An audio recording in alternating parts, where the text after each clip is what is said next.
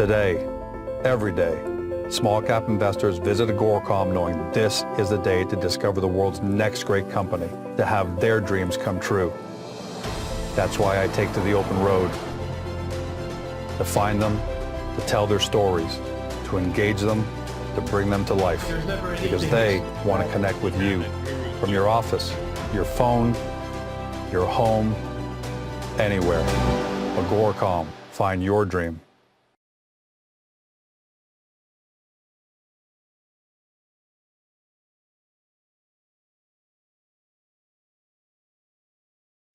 Welcome to CEO Interviews, a production of Agoracom in which we take the time to speak with small cap executives about recent important developments at their companies. With us today, I'm really happy to have again Patrick Levasseur. He's President and Chief Operating Officer of HPQ Silicon Resources. The company trades on TSX-Venture exchange under the stock symbol HPQ. Now, what we're here to talk about is the recent important news the company put out on August 16th. I'm going to read the headline: HPQ to start expanded geophysics program on Beauce to delineate the boundaries of its newly discovered major fault. Here to talk about is Patrick. Welcome to the show. Thank you, George. Thanks for having me. So this is really exciting news, and we'll go into it because you had to quote about how important it is. So I'm going to read off the quote if you don't mind. This is an important follow-up to the discovery of the major fault line, as this will narrow our search of the hard rock source of the Saint-Simon-les-Mines gold placers. We couldn't pass on this opportunity and wait until next year. And we're also excited about the addition of surveys over an unexplored area of the gold mine where some of the largest nuggets were found in the past. So clearly, you're really excited about what's going on there. But the press release was pretty technical, and a lot of people didn't understand after that. So we're going to go over that today, and you got a presentation for everyone. But before I do that, Patrick, can I ask you about the spinout? And can I ask you about the spinout, where it's at? Well, the spinout of the company, I mean, it's very, very far advanced, and we decided to go to do the listing of Beauce Gold Fields on the TSX-Venture, simply because of, you know, with the recent discovery and the size of the project, we think that it warrants, you know, a better platform, and that would offer us more exposures and offer more opportunities and liquidity for shareholders. That's why. But it's going well. You know, it's a long process. It's long, costly, arduous, but it's going to happen. Is it safe to say that, you know, what's happened as of late gives you more confidence that it's going to stand alone as its own company, as its own listing? Oh, absolutely. I mean, absolutely. I mean, this basically, you know, interesting enough, and I have something interesting. It's not the first time this property went public on its own. You know, as we'll see in the report, you know, there's a big history of mining activity in Saint-Simon-les-Mines. And actually, look at this. I've been chasing this around for years. It's a stock certificate. I finally have my hands on it. It's an original stock certificate, you see, of the Beauce Gold Mining and Milling Company of 1881 from the New York Stock Exchange. So, and there's even doctors backing this up, how they were active in the 1880s mining, and that was for its day. That was big money invested there, and you know, there was 2,000 miners in Saint-Simon-les-Mines in the late 1800s there. So this was a big thing. And then, of course, similar to the Klondike and the Yukon, the area was just forgotten. But, you know, nobody really asked the question, which we'll see in it, is that, you know, where did all this placer gold come from? And with the recent press release that we have, we found a fault. It could be a major fault. And, you know, as a lot of maybe viewers are in this industry, well, you know, fault is often a conduit for minerals, and coincidentally, this fault comes right underneath the placer deposit, or where it was historically mined. So, you know, now we want to find out, well, is this going to look like another Val d'Or, where you got like a Cadillac fault that goes from Val d'Or all the way to Timmins, Ontario, and all the gold mines are along it? So, perhaps. And it caught the attention of the French media in Quebec as well, from what I understand. Well, we did something that we haven't done in a long time, and as Bernard will probably say, we'll be doing this for HPQ Silicon as well, is to put more content in French. So we started with Beauce Gold Field, the Champ d'Or en Beauce, And yeah, I mean, you know, the press release went out in English in French, sorry, after market close on Wednesday, and the response has been crazy. I mean, I've been doing a radio interview this afternoon. There was media that went out there. It should be on TV, on TVA. Hopefully, we'll have links we can send out to everybody. Le Soleil, which is the Quebec's big daily newspaper, did a big article on us this morning. And again, I'll send it out to everybody, the link. It's in French, but it's pretty extensive. And it describes well basically what we're all about there, you know. So all things are go right now as we head into September, and that's great to hear. I'd ask you about the ETA, which is probably what people are thinking about at home. But the fact of the matter is, you've got to get this approved by the TSX-Venture first. Then you've got to go to the court in order to get their approval, and then have the meeting. So I'm not going to ask you about ETA, but it's just good to know that the project itself is moving along. And on that note, I'm going to do a screen share here. So pardon me for a second, everyone at home, but I'm going to bring up the the presentation so that everyone can see what it is that that you're so excited about. So Patrick, you can see the presentation there. Yeah, I can see the presentation. You see the cover page. You know, the cover page is a testament to basically the different eras that the property went through, which we'll see a bit later on. But yeah, here you have original images of what was happening. You got from the 1870s to basically here to the bottom left of the screen. You have looks like a shack, but really what it is, it's a giant bucket elevator where the miners, from all the tunnels underground, the miners would pile into a big pit underground, and you had a bucket elevator that would bring everything up to be washed. And it was from these operations that came the huge nuggets. And of course, further off on the property, which we'll see on a map, you have the giant Yuba dredge, big monster of a machine that was dredging up. Their concept was different. Instead of digging shafts and tunnels, they said, well, let's go mega earthworks. Let's strip the land and, you know, build a floating dredge on a pond and dredge the whole area. It didn't work too well, but still. Yeah, so let's yeah. All right, so let me move on to the next one here. Now, for everyone at home, this is the disclaimer. We ask you to kind of take a quick review here, but come back at the end and take a look at that. But that disclaimer is there for everyone. Patrick, I'm going to move on here. So you take it from here and guide us through, you know, what you want to talk about as far as starting with property location. Yeah, although the property is an amazing location, so and we're very fortunate about that. What even now, basically, you know, I could leave Montreal, and as soon as I leave my house, I'm highway all the way to the property without one traffic light. And what made it quicker is that they extended the highway to join they did an extension of Highway 75 to Saint-Georges-de-Beauce, which cuts almost on our property, right to the edge of it. So I have this brand new highway exit, which I just exit right into Saint-Simon-les-Mines onto the property. So access is just totally amazing. You know, highway all the way from Montreal and Quebec. It's in southern Quebec. Again, everything we need is around there. The mining, you know, it's not deep woods. I don't need helicopters to get to the property. It's not another country. It's right there, locally accessible. You know, the NRS, they're just in Quebec City. The equipment is nearby. Resources are nearby. So, but most important of all, you know, is the town itself, the people. You know, we've been asking, you know, in Quebec now, you have to ask permission on property owners to have access to property, which we've been doing the last few weeks. And people have been very accommodating. They're great. They're great people there. So, they want to see development. They want to see opportunity. Development, yeah. And not only that, you know, as you'll see, you know, mining is part of their history. It's part of the heritage of the town. And you know, this is a story that belongs to the town and, you know, to all of us, shareholders and the town. So we're all going to work together and find out if did Mother Nature put a big gold deposit there. That's what we want to know. And they want to know too.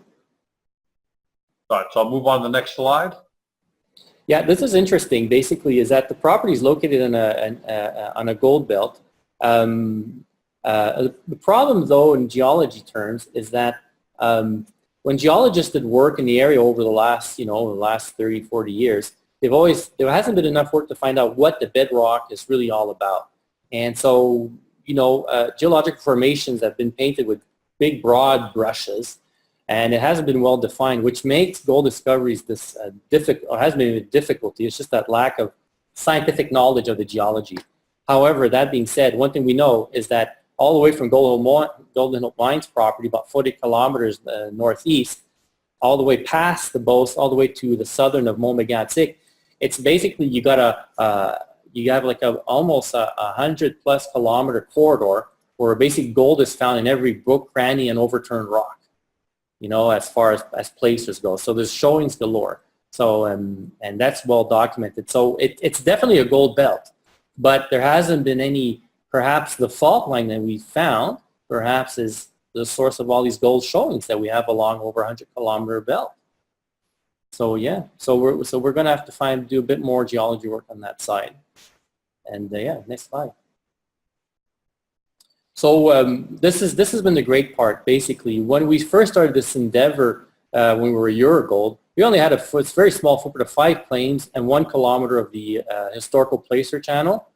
But we've acquired about 30 claims from FanCamp a couple years ago, and then I was succeeded in basically quietly, out of sight, out of mind, but quietly accumulating more claims in the area, and we're up to over 150, about 155 claims.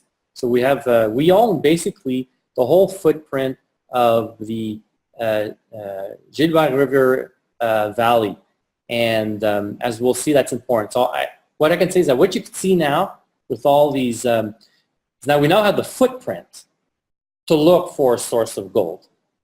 And on top of that, I know we have ownership, we have claim ownership over the whole historical placer gold channel. And all the historical places where gold was mined as well, including where the big nuggets came from. So that's important. So now we have the footprint to look for the hard rock source of gold. And for everyone at home, the legend there, the lighter colored are the HPQ claims from 2016, and the darker ones are new, done in 2017, but those all belong to the company. Yeah, and there's more claims that should be on it, but this will have to be updated as soon as I have a draftsman from a geologist to update this. Good to know. Yeah. All right, I like this slide because I'm a history buff, but this says a lot. I'm going to spend a bit more time on this. Sure. This basically explains the 100 years of gold activity on the whole property. Okay.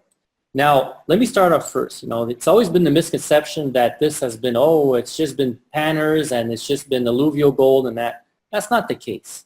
But the case is, the bottom left, as you see, is that this started off basically, the gold it's an auriferous till and saprolite. It's not placer gold in the river. It's not alluvial gold.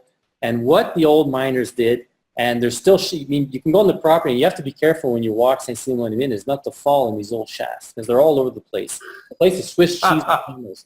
Really is fascinating stuff, for example, what it is that what they did, they dug a shaft down, a shaft which was usually like 6 feet by 6 feet with wooden logs going all the way down, and they went down, depending on where it was on the property, 20 to 40 meters down to bedrock.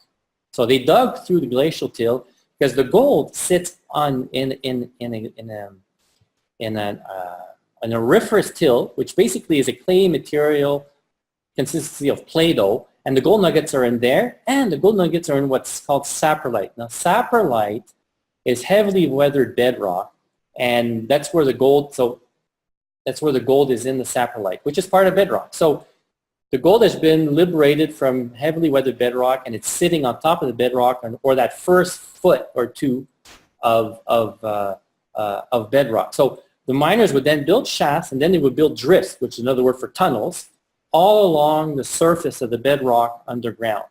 And they would scrape that up, and it would be brought up. So at first, this was done by hand, pickaxe, buckets, and somebody would haul it up to the surface to wash that material to get the gold nuggets out, because it's all coarse gold. It's gold grains to gold nuggets up to grapefruit-sized nuggets that some were documented or what literature says.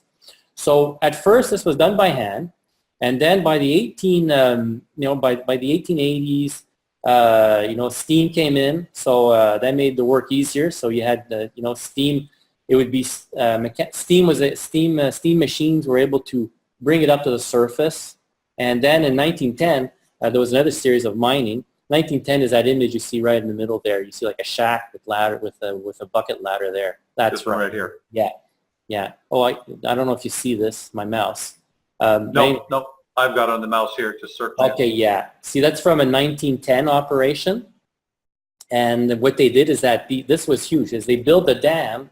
They built a dam like 15 kilometers away to build it was the first hydro dam in southern Quebec, and it was just for this mine right there in the Beauce. So this was all electric. So you had an electric bucket ladder that would go deep underground, and all the tunnels all connect to this bucket ladder where the miners would be pushing carts on rails, like you can imagine in the old days, and they would just dump everything in a pit, and this bucket ladder would just bring everything to the surface and wash the gold. So near the town of Saint-Simon-les-Mines, basically going up to where you see that it's sort of like right here, top right, colored image to the left, right to the next, George, right there, yeah, right, that okay. is right there. From there, going past the town to where you see that old shack at the bottom there, I mean, that's just littered with tunneling. I mean, there's got to be, if you calculate that, that's like 1.5 kilometers, and they had 2 series going on each side of the old channel. And then they would build the shaft, and then they would spoke out.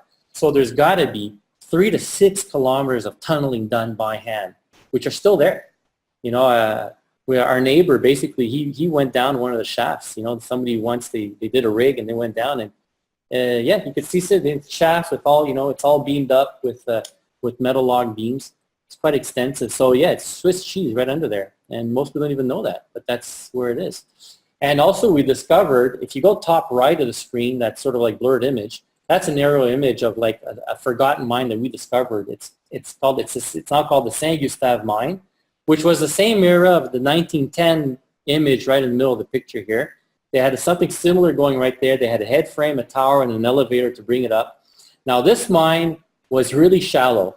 So what happened is that in the 1960s, this is where they built the dredge. So the dredge was built and floated on top of this mine. And the drag line, used to be the dredge, and the head of the dredge was a giant drag line that had the bucket, it had a bucket the size of a house. And they stripped the whole mine. So the whole mine works was all stripped up. That's why nobody ever saw it ever again. So, but we have a map, a testament of this. So you could see, what this shows is that there was heavy mining activity, and they were all mining the same thing. They were mining the auriferous till and saprolite. But nobody has found the source of where did the saprolite come from. And they didn't really have the expertise back then either. So you're confident that you're going to have the expertise, and you're bringing in new surveys and all those things. Exactly. But, of course, back then, they were very astute and very knowledgeable miners. But, and if you read the old documents, there's many references that says, well, they believe the gold, and what some of the nuggets would come up would still have quartz attached to it. And they obviously knew that somewhere around there, that the gold did come from a hard rock source nearby. But of course, the economic interest was never there, because the immediate economic interest was getting at the placer gold, which was cheaper to get. It was there. So, so the interest wasn't there to do the exploration. The interest was there to actually do exploration to measure the placer gold and go get it. But now's the time. Now we have tools, the geophysics, which is way advanced. The last 20 years, geophysics has like leaps and bounds. And so, so that's what we're using will be our first plan of action to try to delineate zones through that. Here, we can move on to the next slide. So yeah, so Beauce Gold Fields will have 2 objectives. One, of course, a bit like I said, is to find the hard rock gold deposit. And the other 2 is that there's already it's well known, it's documented in our 43-101 that there is a historical placer gold deposit. And on the placer deposit, again, there's a layer of auriferous till and saprolite which extends 6 kilometers there. It's there. It's been drilled in the past through surface drilling, or what's called reverse circulation, or what we did, sonic drilling. So it's not diamond drilling into hard rock. This was just to drill into the overburden to measure measure this gold. So So yeah, there is a historical deposit. Now, depending on the nugget size, it could, we have a potential exploration target of 100 to over 300,000 ounces of just that. So we want to see, are there any areas which maybe could potentially be economical to mine as far as placer gold? We'll see. So that's part of the objective, and we'll talk about it more later in the slide. But for now, if you change the slide, we'll talk about the hard rock. So the question is, where did all this placer gold come from? Well, the fact is no one really looked. As I said, we'll see clues, but all the past mining activities were centered around the placer deposit for economic reason. But the Beauce has only received sporadic attention, from companies. I'm going to say something which is not in the presentation, but again, I sent an email once out this, and I've talked a lot about it. There's a lot of similarities between the Beauce and what's happening in Yukon, the Klondike. They're both very similar. They both had a gold rush in the late 1800s. And once the gold rush is over, it's left, party's over, and then since then, they both had very sporadic attention from gold mining companies. Nobody found a deposit, so everybody thought, well, you know what, it's just alluvial gold, it's just minor mining, or it's mom and pop operations. But look what happened in the Yukon, George. You might know the story, the Sean Ryan story, Of course. the white gold, what's happening there. And same thing, Sean Ryan was a prospect, and Sean Ryan, maybe a bit, how do you say in French, perspicace, or stubborn in a way. He says, you know what, I'm going to go methodical, I'm going to be scientific, I'm going to look to find out. He was asking the same question. Sorry about that. Where did all this placer gold come from? It came from somewhere, and nobody bothered looking. But he did something different. He looked, and stubbornly so, with a very scientific approach, and it paid off. As some people know, and then his deposit was sold for what, 160 million to, who bought it? Was it Kinross? Bought the deposit, and then Goldcorp came in. And then what? The last couple of years, over $1 billion of exploration money was poured into the Yukon. It's a new gold rush all over again in the Yukon. Now, everything is there for the same thing to happen here, So we're doing the same thing, is that nobody ever found and bothered looking for where the source of all this placer gold came from. That's what we're going to do, And so I divided this into 6 reasons why it's worth looking for a hard rock gold deposit. And people love lists too, right? You make it nice and concise like that. So yeah. Let's go number 1. Number 1. Again, it's not alluvial gold. This wasn't gold in the river. It wasn't placer mining. No. The gold was mined. It's an auriferous till and saprolite, as I explained before. And the gold has been mined in a very thin layer of just 2 meters. The first 1.5 meters of the bed that sits on top of the bedrock is the auriferous till, and then there's the saprolite right under. Now, again, like I said, saprolite is heavily weathered bedrocks. In other words, the gold nuggets were in the bedrock, but the top part of the bedrock that heavily weathered liberated those gold nuggets.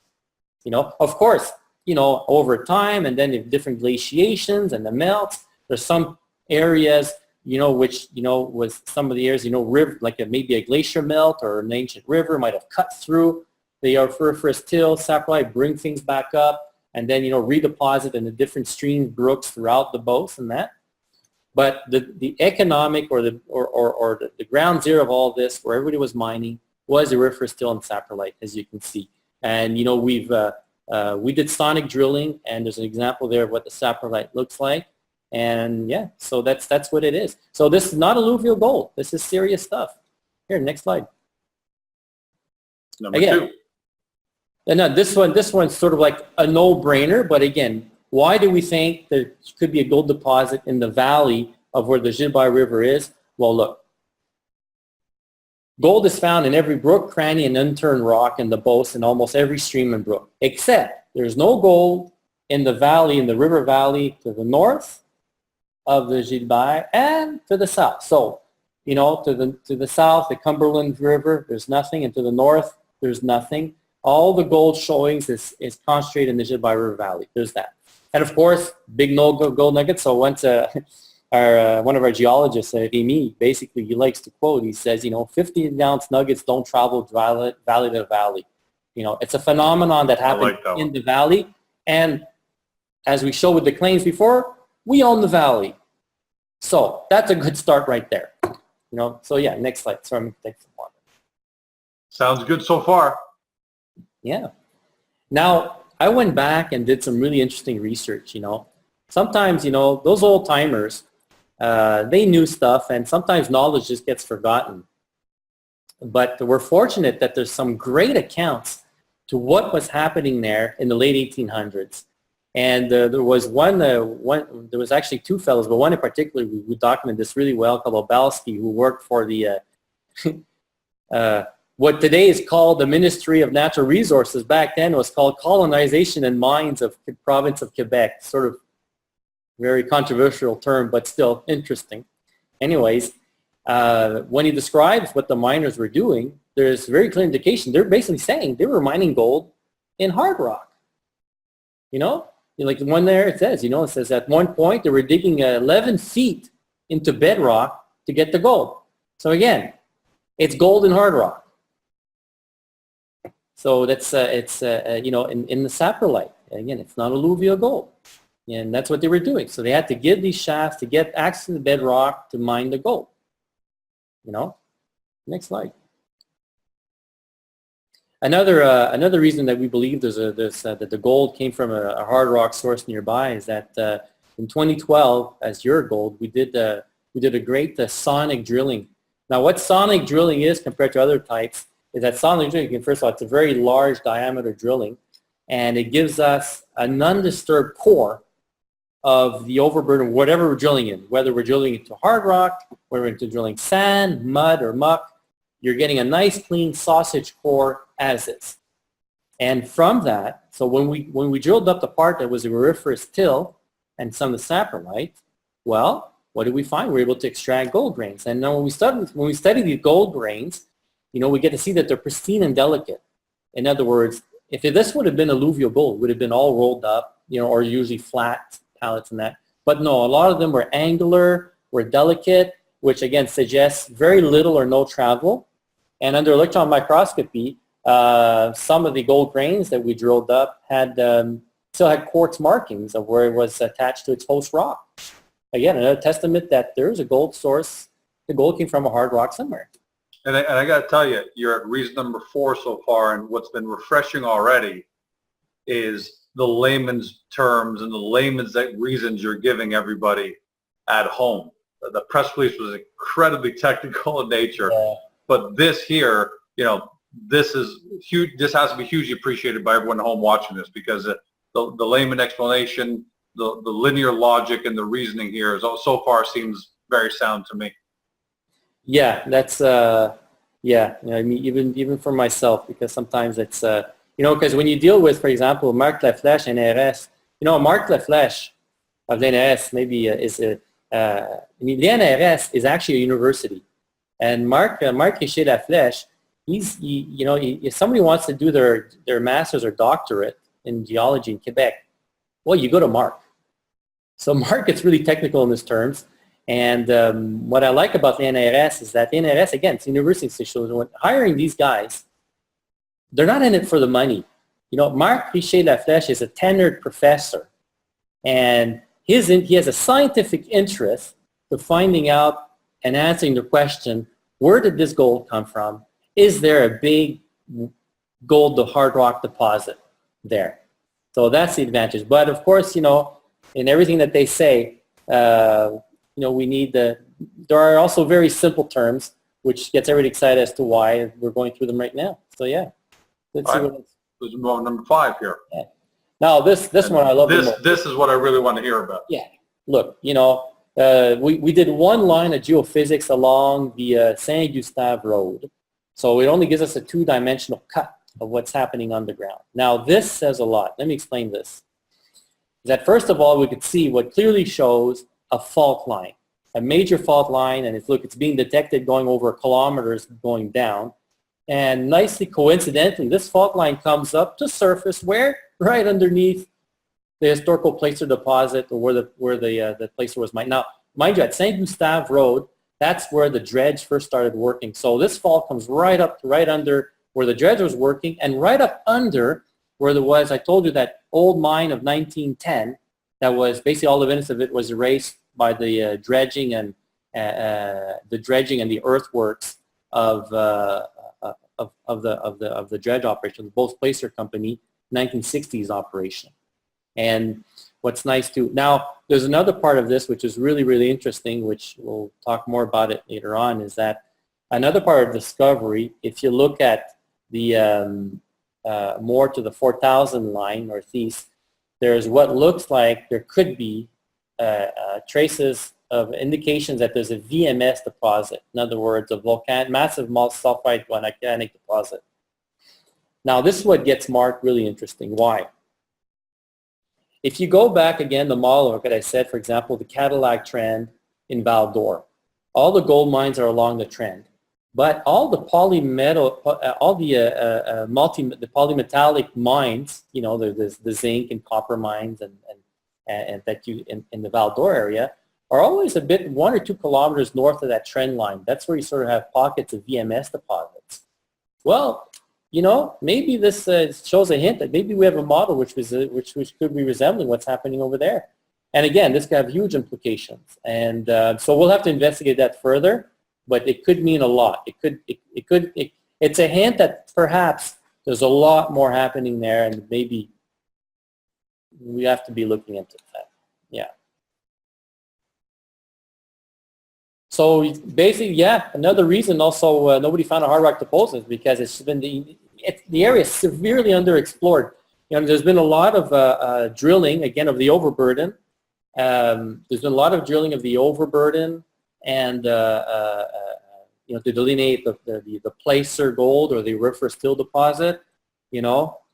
But there's only been 12 diamond drill holes on 6 kilometers.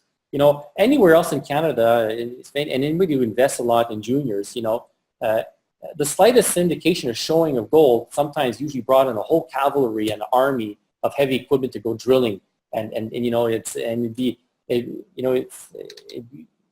and having thousands of meters of drill holes being done. That never happened there. So with all this this indication of past mining and all this evidence, nobody has really drilled the area, you know. And of the few drill holes that were done, they were totally off the mark. Nobody put a drill bang exactly where those 50-ounce nuggets were mined. Can you believe it? You know, nobody put a drill exactly of, you know, of where the dredge was working. It hasn't been done, and it's about to happen. Yeah, it's about to happen. Yeah, you know what? Hopefully, with the geophysics we're doing, just I don't have a slide for it, but the geophysics that we're doing is that, of course, we're doing geophysics to the east and west of the Saint Gustave Road, which you have that first image. So we want to find out what is basically the northeast and southwest longitude within the valley of the fault. So basically we can basically trace out the fault at surface, the fault line. And also we're doing a smaller geophysics, and we're doing it right over the old shafts and tunnels of where where the heavy mining activities happened from, you know, 1870s to 1910, along near the confluence of the Ruisseau Giroux and the Gilbert. So and when is all that happening, Patrick? It's happening this fall.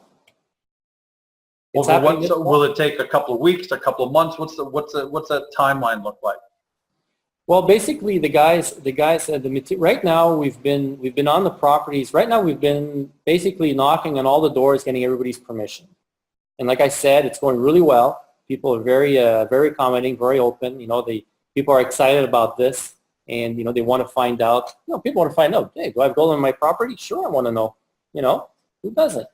So we're getting great cooperation, and you know, they're giving us access, and some are even giving us pointers. Some people even showed us, here, I'll show you. Some of the old shafts, people were showing them, we're leading us to them. So it was pretty great.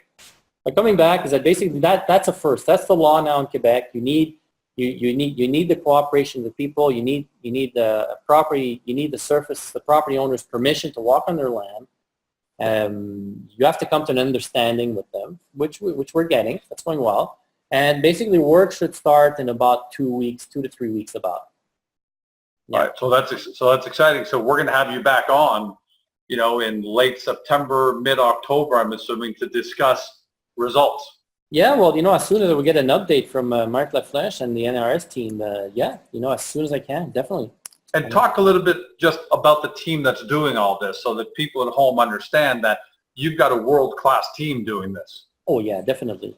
Yeah, it's Mark Laflèche and his team. So basically, as I said, Mark Laflèche is from the NRS, which is a Quebec university. It's a research, and he's from the department called Eau et Terre. In other words, the geology department. And this is great. Not only is he close by, and what Mark's happy with, it's not far from his office. It's just 1 hour's drive from his office in the city.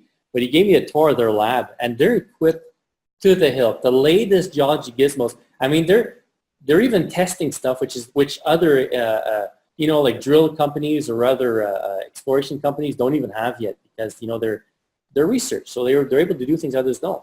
Yeah, that's exciting to know that you have that kind of team on board. Just to give you not just that's team, great.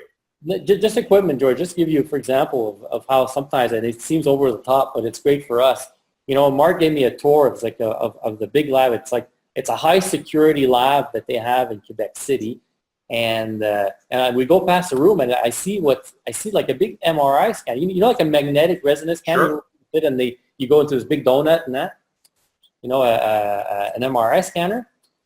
They got one of those just to scan rocks and drill cores. That's a multi-million-dollar machine just on its own. Yeah. Who has that? They do. We do.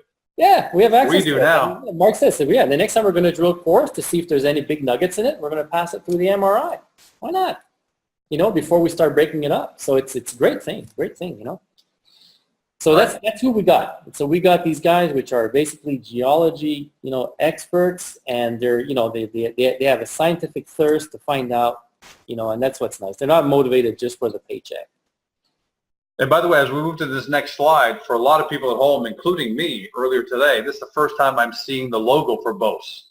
Yes. And I got to tell you, that whole logo, everything, that works beautifully. You guys did a fantastic job on that. Oh yeah, thank you. Yeah, no, it's put a lot of thought into it. Of course, it's because it's the fleur de lis, that it's in Quebec, that it has to do the old heritage about it, and of course the B has to do with basically the placer channel, and the reason it's called Champ d'Or or Beauce Gold Fields, because one of the big companies that did because back in the late 1800s and even the 1910 company, a lot of them started off. Put it this way, the old geologists, and when they used to write about this, they described the whole Beauce area, which they named it the Chaudière River because of the main river is the Chaudière River. That's the main river in southern Quebec. They called it a gold field. It was always referred to as a gold field, or in French, les champs d'or. So some companies that worked back 100 years ago or more, a lot of their names were les champs d'or de Léry, les champs d'or la Chaudière. So basically it's a nod to the history that went on, that we took a bit the same name. That's why we call it Beauce Gold Fields. Les Champs d'Or en Beauce. It has a historical connotation. George's Gold Company was second. I was lobbying for that pretty hard, but I couldn't get it through the board. All right, so you got the case here for a placer gold. I might name a nugget after you. How's that? What's that? I might name a nugget after you. Hey, no one's ever named a nugget after me, so the Greeks will be proud. Yeah. So you got here the case for a placer gold deposit after those six great points. Yeah, because that's important. We're talking about two things. Like, think of it this way: like the placer gold deposit, the historical placer gold deposit, is spread out over a couple kilometers, and think of like a mushroom. The cap of the mushroom is the placer gold deposit. The stem would be its hard rock deposit. So that mushroom cap is fairly well defined. It's been drilled a lot by many companies. It's been drilled, of course, by Beauce Placer Company in the 60s. They did over 100 drill holes of all overburden drilling, reverse circulation. It was drilled in the 80s by, of course, different companies such as Coney Igas, from which we bought the real estate from. It's been drilled by Geological Survey of Canada. So, yeah, a lot of drilling was done of the placer gold deposit, which, again, which is a saprolite and the auriferous till. So think of that as the mushroom. Everything I was talking about before, trying to find the source of gold, is probably akin to finding that stem under that mushroom. Is it there? Perhaps it's the fault line that we've found. So that's what we've got to find out. Still, the case for placer gold still is to find out, is there an economic interest in the placer gold deposit there? Gold is gold, whether it's called placer or not. It's the same price in the market, whether it's placer gold or hard rock gold. So we want to find out, how much there is. So question some people ask a lot, how much gold was mined in the past? There's many accounts, but of all the accounts that I've read, if you tell them all, no one will really know how much. But look, if you say there was 2,000 miners there, and for 100 years, there's been mining activity there. So 100 years, gold kept coming up from there. And they're there for a reason. Yeah, it's there for a reason. It's because there was an economic interest to do so. Money was tight then, and still is today. You don't do things for nothing. So there was definitely an economic interest. Or if you go from 1870s to 1910, so you're talking about a 50-year period, which it was always mining there. So the interest was there. So who knows? But if you tally it up, there was hundreds of thousands of ounces which was dug up, and all saprolite, which was all placer gold. So did they take anything, or is there anything left? That's the big question. That's it. Well, yes. The question for that is yes. There is what's called a historical. Now, this is a very important context and also a bit of a disclaimer in this business because, as there's no 43101 gold reserve category on the property. Right. You can only talk about a historical. There is a deposit which was drilled and defined, but it's all been done by people before us or pre-43101. So we're not allowed calling it a gold deposit. There's a historical gold deposit, and there's a big difference that. So it's almost a big disclaimer. We're not saying we have a gold deposit. What we're saying is that there's a historical gold deposit that was drilled in the past by others, and documentation shows that there's a gold deposit there. It has to be verified, delineated. That's what we're going to go do. But of course, there's a lot of information. There's a lot of history out there. Like I said, we over 140 drill holes were done of reverse circulation of the overburden for the placer gold. We did about a dozen sonic drill holes back in 2012, which we sort of validated because we drilled some of the same spots that RC drilling was done in the past. We came out with gold. So we confirmed, yes, that there is gold there. There is gold in saprolite. So we would have to do more work to see if there's how much of a placer deposit and if there's any areas which could be of economic interest of that placer deposit. We have to find out, which we haven't found yet. But it's worth the argument. It could be. Very smart people think it's worth the work, and we know you can't talk. That's how you have to say it. But clearly, the inference is very, very smart people think that there's more to go. So that's what we're going to find out. We're going to start finding out in the next few weeks. Yeah. Actually, it explains a bit more in the slides, just a bit more. Again, I'm saying this because basically historically, the start of the deposit, all placer mining, we know about, of course, California. We know about, of course, the famous Klondike. There's some in BC, the Yukon, but this is the only area in eastern North America that has a gold deposit and actually a historical unmined gold deposit. We know by documentation. Here, what you're seeing here in this slide alone is Coniagus Mines, did extensive drilling back in the 80s, and they mapped out the placer channel. And they came up with a historical gold resource there. So it's a question of validating this historical resource there. And what's important that we believe, and it's from basically our 421 report, we believe the placer channel is even bigger than what they drilled because we did drill holes which were outside the historical placer channel, and we're still getting gold. So this channel is bigger than what's been drilled in the past. So the extent of it is bigger, drillers. So we have to find out how big is it, how much gold is in there, and are there areas which could be of economic interest as far as placer gold. So again, we were estimating. So we did a gold exploration, and we have a gold exploration target of what we think could be anywhere from 60,000 ounces over 300,000 ounces. Now, why the discrepancy? Because again, The placer gold there is all gold. It's coarse gold. You know, there's not a lot of fine gold. The gold is coarse up to grains to nuggets. So there's always been a nugget effect. And the engineer from the Beauce Placer company in the 1960s, he says, when gold is coarse, it usually follows that actual dredging probes were higher than drills. In other words, what you're saying is that the dredge, when they were dredging up the gold, they were dredging more gold than what they drilled as a resource estimate because of the nugget effect.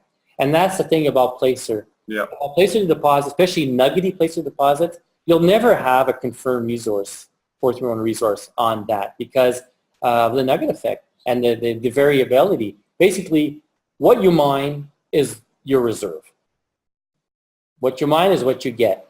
So it's very tricky. It's very different. So that's why you have to be really careful of how you go about measuring a placer deposit and where you start putting money into it to try to extract it in that. Even though it's historically it's relatively cheap to mine placer gold, but in this case it still requires permitting. It still requires a lot of work. So you have to be sure that you have